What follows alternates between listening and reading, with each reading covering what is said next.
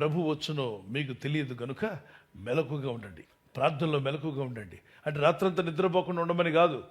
ఎవరో పాస్టర్ గారు చెప్పారు, రాత్రంతా నిద్రపోయిన వాళ్ళు ఎత్తబడరని చెప్తే వాళ్ళంతా కూడా నిద్రలో వస్తున్నా కూడా ముఖాన్ని నీళ్ళు కొట్టుకోవడం, నాయనా అని చెప్పి 7 రోజుల రాత్రులు నిద్రపోకుండా ఉంటే మెంట్లో అయిపోతారు. జాగ్రత్త, నిద్ర ఉండాలి మనిషికి. ఏముండాలి?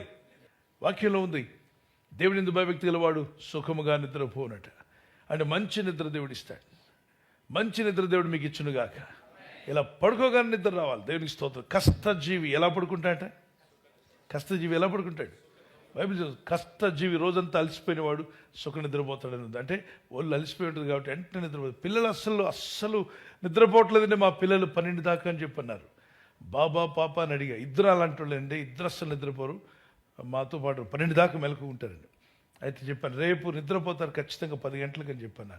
అదేలా పాస్టర్ గారు, నేను చెప్పిన పని చేయించండి. సాయంత్రం 4 గంటల నుండి 6 గంటల దాకా కూర్చోలేకుండా ఆడించండి. ఎక్కడ? గార్డెన్కి వెళ్ళండి, పార్క్కి వెళ్ళండి, లేకపోతే ఇంట్లో కానీ ఓ పక్కన కానీ ఎక్కడ ఆడుకునే ప్లేస్ ఉంటుంది కదా, ఎక్సర్సైజ్ చేయించండి, ఆడించండి, వాళ్ళతో పాటు పరిగెత్తించండి. మరి దొంగ పోలీస్ ఆట ఆడి అక్కడెక్కడ కింద పడి మొగాలు చెప్పులు పగలగొట్టుకోవద్దు, కానీ మంచి ఆట ఆడుకోండి, మరి ఆడించండి, ఏదో ఒక మంచి ఆటలు ఆడించండి. పిల్లలిద్దరితో బాగా ఆడించారట. ఆ రోజు ఎన్ని గంటలు నిద్రపోయారో తెలుసా? వాళ్ళు భార్యాభర్తలు సర్ప్రైజ్ అయ్యి ఫోన్ చేశారు నాకు.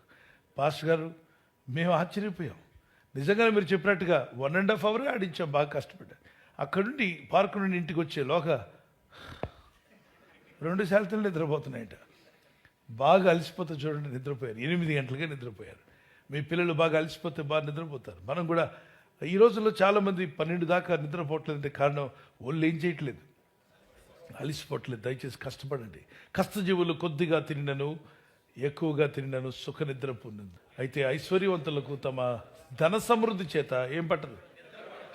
బాగా డబ్బు ఉందనుకోండి, నిద్ర ఖాళీ, బ్యాంక్ బ్యాలెన్స్ ఫుల్లా, నిద్ర బ్యాలెన్స్ నిల్లు, ఇంకా నిద్ర ఉండదు సరిగా.